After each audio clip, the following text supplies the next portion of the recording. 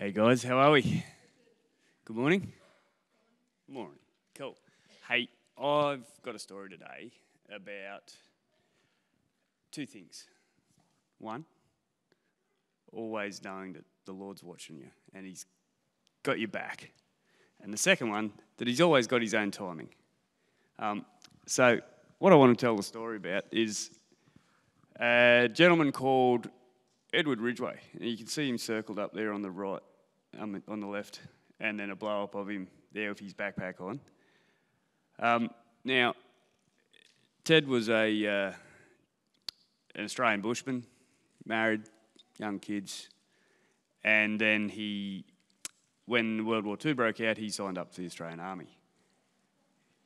He was there for all 6 years of the war, and that's him there, good-looking fella. His first posting was up into Singapore, because at the time the Imperial armies were coming down through Asia and heading towards Australia. And so off him and his mates went, and they were based in Singapore, and this is where the first of the Lord's timings was there. Now, Ted's wife, good, lovely Christian lady, prayed a lot for Ted. Ted wasn't a believer. Ted was pretty agnostic, or didn't really believe in God. Wasn't fussed by the thought. But when he was in Singapore, they put out a call because they wanted volunteers to go over to North Africa for a different battlefield.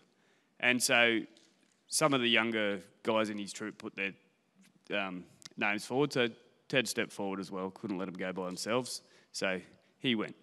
Now, what was amazing, and this is the first part of the Lord's timing, 1 week later, after they'd left by ship to North Africa, the Imperial Army came through and took Singapore and marched most of the prisoners to Changi. Took a lot of Australians, a lot of British, and marched them over to Changi Prison. And unfortunately, while they were there, a lot of them got really sick. They didn't eat properly, and so we lost a lot of folk over there.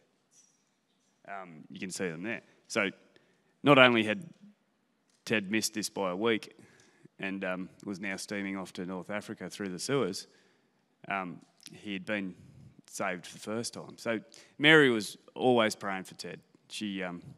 It was always on her mind. This is her husband. She loves the guy. And so now Ted's come up through the Suez Canal, which I don't know if you can see is down there on the bottom right, and landed in Alexandria, in Egypt.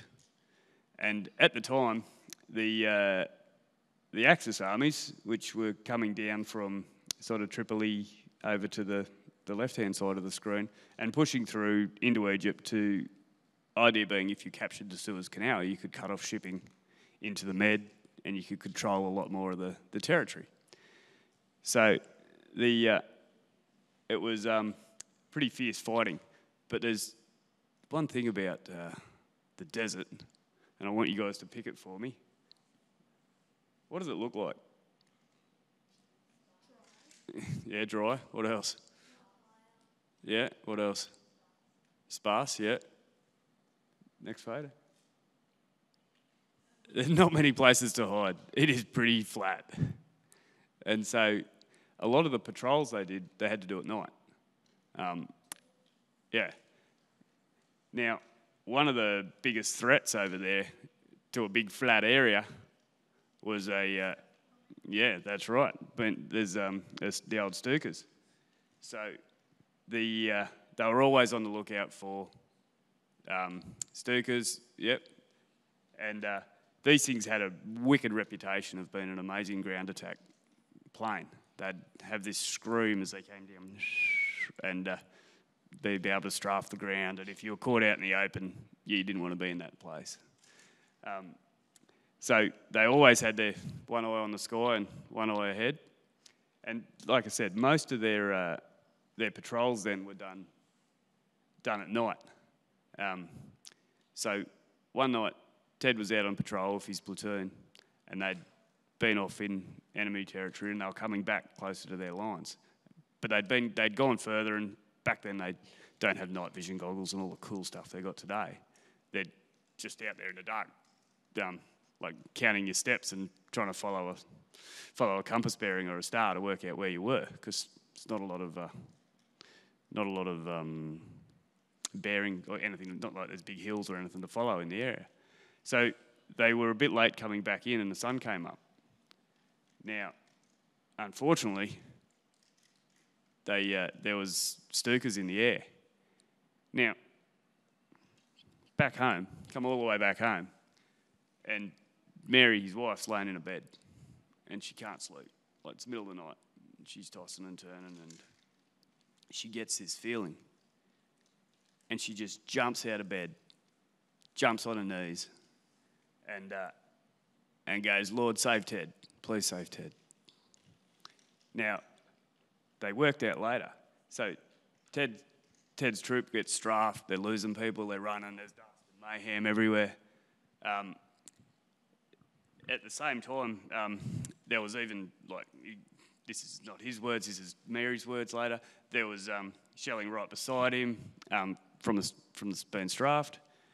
And anyway, they've made it back to their trench, and he was safe.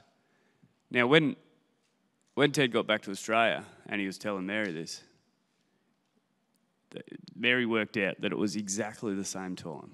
Mary had dropped to her knees and said, "Please, Lord, save Ted." That he was getting strafed, and he was fine, and he was kept safe. They lost some of his platoon, but he was safe. And so it's always very comforting to know that there's someone out there praying for you. And I bet all your parents pray for you. And you'll be able to do that for your friends and your kids one day as well. Or now. There's no reason you can't do it now. So Ted was safe. And even though after the war, he unfortunately never actually believed in God till he was very old. It's a great story, and it's comforting to know that God's got your back, even if you don't believe in him. I'm pretty stoked on it because that's my pop. Otherwise, I wouldn't be here, because Mum wasn't born till 46. Thanks, guys.